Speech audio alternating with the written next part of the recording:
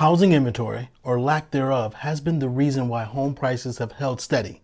The supply of homes have been why we haven't seen a huge drop in prices throughout our country.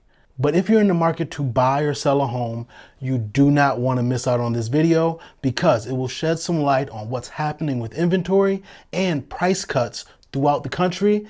And this video will help you determine if you should jump into the housing market now or later. Today we are going to unravel mysteries behind the roller coaster, and I do mean roller coaster of our housing inventory. The last 4 weeks have been nothing short of a wild ride when it comes to housing inventory, reminiscent of the twists and turns we saw when the mortgage rates hit the mythical 7% mark in late 2022.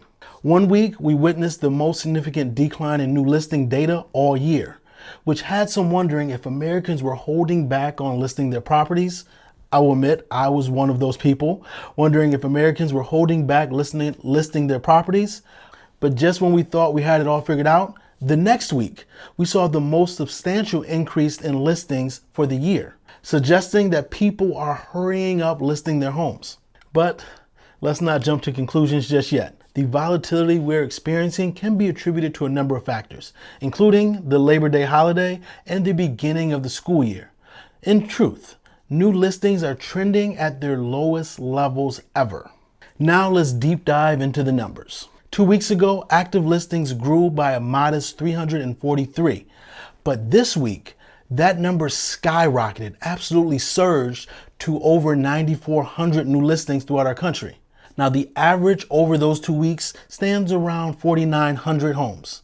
And as I've emphasized before, the weaker buyer demand can lead to a housing inventory overgrowth. Yet in 2023, the growth in active inventory has been slower than we witnessed in 2022. And I believe this is because people have locked in low mortgage payments with a 2, 3, 4% interest rate, and they don't want to trade that low payment in for interest rates in the 6, 7, or 8% range. Now, Logan at Housing Wire believes that the sweet spot for active inventory growing each week is between 11,000 and 17,000. However, this year, inventory growth has been pretty anemic.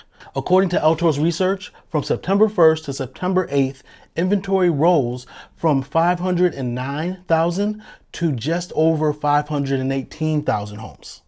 In the same week last year, inventory went from 547,000 to 552,000. So we see year on year for the same week, inventory grew substantially this year compared to last year.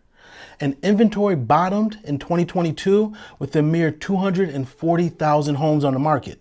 Now the peak for inventory this year stands at 518,000, the number from September 8th. To put things in perspective, active listings for this week in 2015 were a mind-blowing 1.2 million homes actively listed on the market.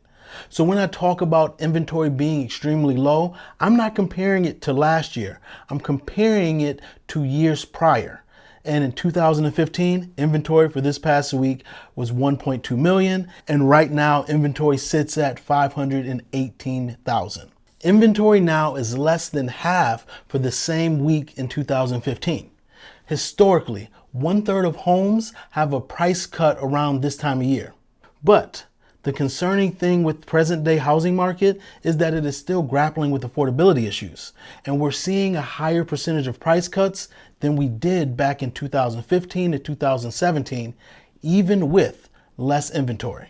As we move forward in the year, the data suggests that the U.S. housing market could have a calmer landscape in regards to new listing data, meaning new inventory coming to the market.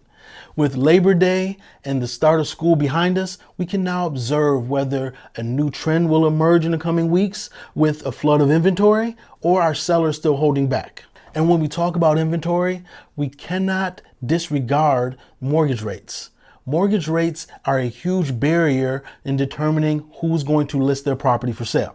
Mortgage rates will continue to cause turbulence in the housing market. Now, as we talk about mortgage rates and talk about how they continuously cause turbulence in the housing market, we have to address purchase application data. Last week, mortgage purchase applications inched up 1%.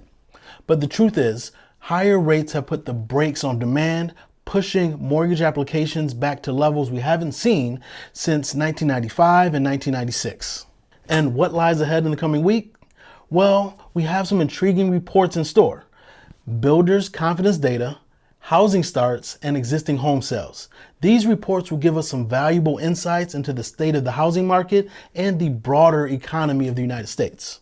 Friends, as we wrap up this journey through the ever-evolving world of housing, remember to check back in on what's happening in the real estate market. I'm Sir Ashley, and on this channel, we try to simplify real estate and personal finance. Like life itself, real estate market and personal finances have its ebbs and flows. It's a story that continues to unfold, and I'll be right here ready to share it with you. Real quick, do you know the best week to buy a home in 2023? Well, I'll be touching on that in a video later this week. Be sure to subscribe to the channel and go ahead and share this video with friends and families. Until next time, take care and keep an eye out on those listing signs, those for sale signs, because we hope inventory comes to the market. I'm Sir Ashley. Talk soon.